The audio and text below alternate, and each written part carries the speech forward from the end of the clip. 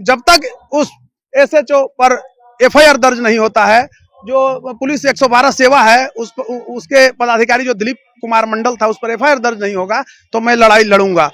आपको मैं बता रहा हूं, औरंगाबाद के ये लोग के भी कोई डर, और ये मतलब इकबाल घट गया तब ने एक थाना प्रभारी नंगा नृत्य किया है और उसमें भी थपड़ी बजा रहा है। फेसबुक पर देखिएगा, हंसी आएगा कि सस्पेंड हो गया। अरे नमस्कार, आप देख रहे हैं चौकस भारत और मैं ब्रजेंद्र। कहते हैं जब समाज के लोग या जनता जो है किसी कारणवश परेशानी से जूझती है तो प्रशासन उसकी रक्षा करती है, लेकिन जब प्रशासनिक अधिकारी या पुलिस अधिकारी ही परेशानी का सबब बन जाए तो फिर कहना ही क्या है। एक मामला कुछ दिन पहले का है, औरंगाबाद जिले का गोह जो प्रखंड है वहां का है। सिघाड़ी एक गांव है जहां की कहा जा रहा है कि भाई सवर्ण जाति की जो महिलाएं हैं उन्हें प्रताड़ित किया गया है, और वहां की जो लोकल पुलिस है वो आधी रात में पहुंचती है उनके घर और बिना कोई सवाल जवाब किए हुए लगातार उनकी पिटाई शुरू कर दी जाती है। मामला क्या है पूरा ये हम जानेंगे, लेकिन उससे पहले हम एक बात और बता दें कि उस घर में एक 80 से 90 साल के बीच की महिला जो है, बुजुर्ग महिला रह रही थी। उसके बाद उनकी एक बहू जो है वो थी और उनकी एक बेटी। पुरुष कोई भी सदस्य उस घर में नहीं था उस वक्त, क्योंकि वहां उस घर के जो पुरुष हैं वो कहीं बाहर दूसरे स्टेट में कामकाज के लिए रहते हैं, काम करते हैं। दूसरी जो अहम बात यह है कि उनका कोई भी ताल्लुक किसी भी केस से, किसी भी मुद्दे से नहीं है।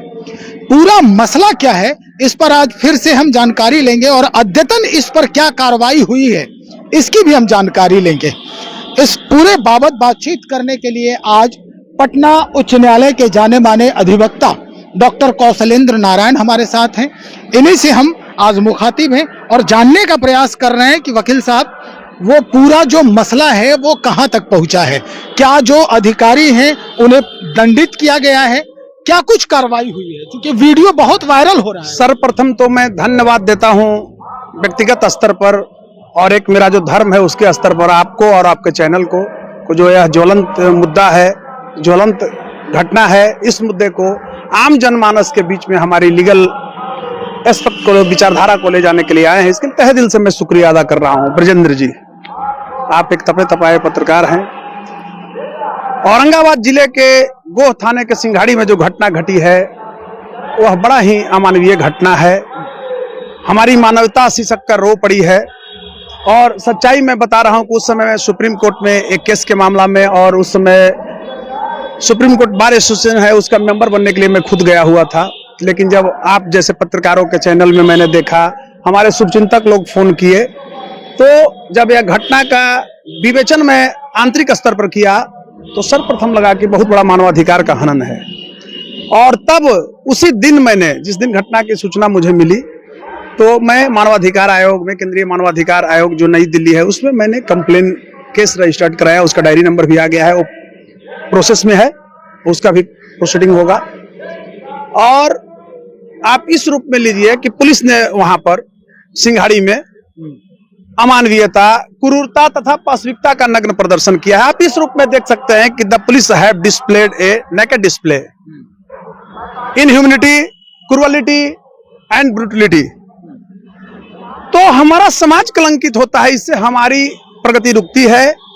और एक अधिवक्ता होने के नाते मैं चुप नहीं बैठ सकता हूं, क्योंकि आपको तो देखा गया है भाई, कई ऐसे मसले हैं जिसको आप हमेशा से उजागर किए हैं।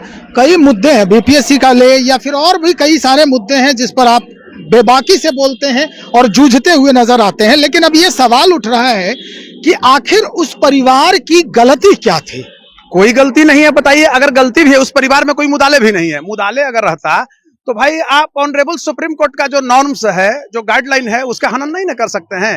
वो थाना प्रभारी कौन होता है? एसएचओ वो गोह थाने का कौन होता है जो ऑनरेबल सुप्रीम कोर्ट का आदेश का हनन करे, गाइडलाइन जो है गिरफ्तारी का सब उसका हनन करे। Supremacy of law can not be challenge by anyone, it's above than us.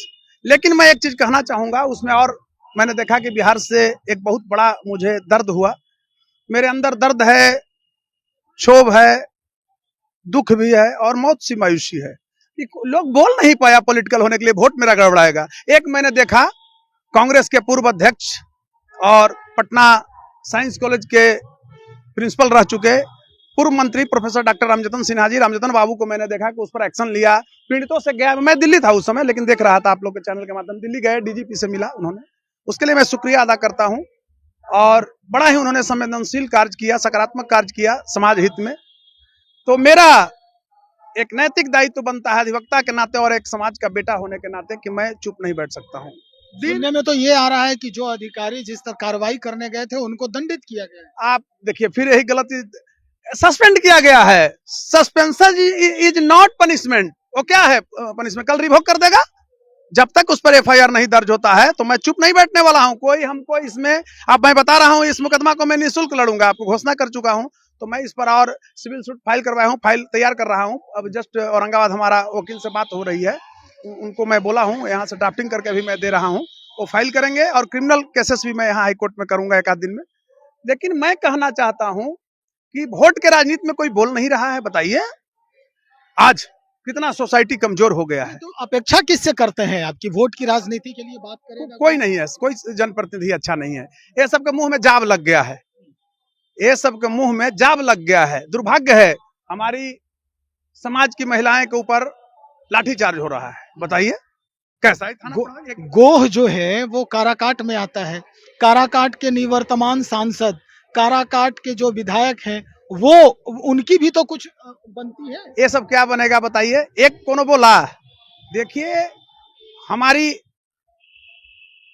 स्थिति को कमजोर करने के लिए, ताकत को कमजोर करने के लिए वह शक्तियां काम कर रही है, उसमें अपने लोग भी लगे हुए हैं। तो मैं नहीं चुप बैठूंगा। और समाज में हम जन्म लिए हैं, समाज ने जो इसी उम्र में मुझे प्रतिष्ठा दिया, जितना सम्मान दिया, आज देखिए मैं यहाँ तक हाईकोर्ट में किस रूप में हूँ, आपसे छुपा हुआ नहीं है। तो समाज का मैं शुक्रगुजार हूँ, समाज का ऋण है मेरे ऊपर। मैं लड़ूंगा और लड़ूंगा, हर तरह से लड़ूंगा। और जब तक उस एसएचओ पर एफआईआर दर्ज नहीं होता है, जो पुलिस 112 सेवा है, उसके पदाधिकारी जो दिलीप कुमार मंडल था, उस पर एफआईआर दर्ज नहीं होगा, तो मैं लड़ाई लड़ूंगा और ऑनरेबल सुप्रीम कोर्ट तक जाऊंगा। ये आपको मैं बता रहा हूं। 8 दिन हो गए, 9 दिन, अभी तक एसएचओ पर एफआईआर नहीं होने का कारण क्या है? बताइए। वो तो जुडिशरी का प्रभाव जो है, अगर नहीं रहता तो ये लोग कुछ नहीं कर सकता है। भाई देखिए, न्यायपालिका सर्वोपरि है, तो अंत में ही ना लोग आएगा। तो इसकी प्रक्रिया में हम लोग लगे हुए हैं। तब तक आप लोग मीडिया वाले को धन्यवाद देता हूं कि आम जनमानस में हमारी बातों को आप लोग ले गए। बिहार में इस पर जब बोला हमने पब्लिकली सबसे पहले मीडिया में, तो लोग बोलना शुरू किए। धन्यवाद देता हूं, अदर जिला के भी लोग बोले। लेकिन दुर्भाग्य है कि वहां के लोगों ने कोई पब्लिक डोमेन पर बड़ा आंदोलन नहीं किया। दुर्भाग्य है। आज आप एक चीज मैं बता रहा हूं, एज ए वकील होने के नाते, अधिवक्ता होने के नाते, कि स्वतंत्रता आंदोलन में जो वकीलों की भूमिका रही है, अधिवक्ताओं की भूमिका रही है, किसी समाज की रही है भूमिका? वकील तो विप्लवी होता है, विद्रोही होता है। तो विद्रोह करना मेरा कार्य है, और इसलिए कि वो गलत किया है, वहां का थाना प्रभारी दंडित जब तक नहीं कराऊंगा मैं चुप नहीं बैठने वाला। देखिए किस वजह से इन लोगों को पीटा गया, क्या उधर का तर्क क्या है? देखिए, वो एक मानसिकता से ग्रसित था, और जिस मानसिकता से ग्रसित है वो मैं समझ सकता हूं। क्या समझ रहे हैं, क्या मानसिकता हो सकती है? मुद्दा क्या था, क्यों पीटा गया उन महिलाओं को, उन बच्ची को? एक दादागिरी, पुलिसिया रौब। पुलिसिया रौब ऐसे ही कैसे हो जाएगा बिना किसी सपोर्ट के? सपोर्ट तो कहीं से है ना भाई। बताइए, डीजीपी इतना अपने को ईमानदार कह रहे हैं, एडीजीपी हैं, वहां का एसपी, आपको मैं बता रहा हूं औरंगाबाद के, ये लोग के भी कोई डर और एक मतलब इकबाल घट गया तब ने एक थाना प्रभारी नंगा नृत्य किया है, और उसमें भी थपड़ी बजा रहा है। फेसबुक पर देखिएगा, हंसी आएगा कि सस्पेंड हो गया। अरे ये सस्पेंड क्या होगा? क्या होता है सस्पेंशन? 5 दिन में रिवोक कर देगा, फिर थाना दे देगा। जब तक उस पर एफआईआर नहीं किया जाता है, उसको बर्खास्त नहीं किया जा सकता। मैं ऑनरेबल सुप्रीम कोर्ट तक आपको जाऊंगा। और आप जानते हैं कि बीपीएससी जब 67 में लड़ रहा था, तो उसमें जो रंजीत रजक डीएसपी को गिरफ्तार करवाया, को लगता था कि गिरफ्तारी ये सबको होगा। अभी एम्स का मैंने लड़ा, फर्जी नन क्रीमी वाला मामला जो चल रहा था, उसमें डायरेक्टर को मैंने हटाया। समझते थे क्या ऐसा हो सकता है? डिटरमाइंड माइनॉरिटी मेक्स हिस्ट्री, कृत संकल्प कम संख्या वाले ही लोग इतिहास का निर्माण किए हैं। और मैं लड़ूंगा, बखूबी लड़ूंगा और ताकत के साथ लड़ूंगा। इस तरह की जो मानसिकता है पुलिसिया कार्रवाई के दौरान, तो क्या ये मानसिकता हमारे समाज को किसी और धकेलने के लिए प्रयासरत तो नहीं? देखिए बिहार ये लोग मानसिकता इतना ये लोग का गंदा हो गया है, बिहार को ये सब 100 वर्ष पीछे ले जा रहा है। और आज डीजीपी या डीजीपी साहब से मैं मांग करता हूं, यही मौका है कि आप जांच करवाइए। हालांकि उसमें जांच कमेटी गठित हुई है पुलिस महानिदेशक महोदय के स्तर पर, और हम भी कार्रवाई के थोड़ा प्रतीक्षा कर लेते हैं एक आध सप्ताह। उसके बाद न्यायिक जो कार्रवाई है वो तो मेरा जारी ही रहेगा। अभी मानवाधिकार है ना, उसके बाद मैं वहां पर सिविल सूट फाइल कर रहा हूं। फिर यहाँ पर मतलब जानते हैं स्वर्ण आभूषण चुरा लिया है, पैसा रखा हुआ था घर में वो चुरा लिया है। आपको मैं स्पष्ट रूप से कहना चाहूंगा।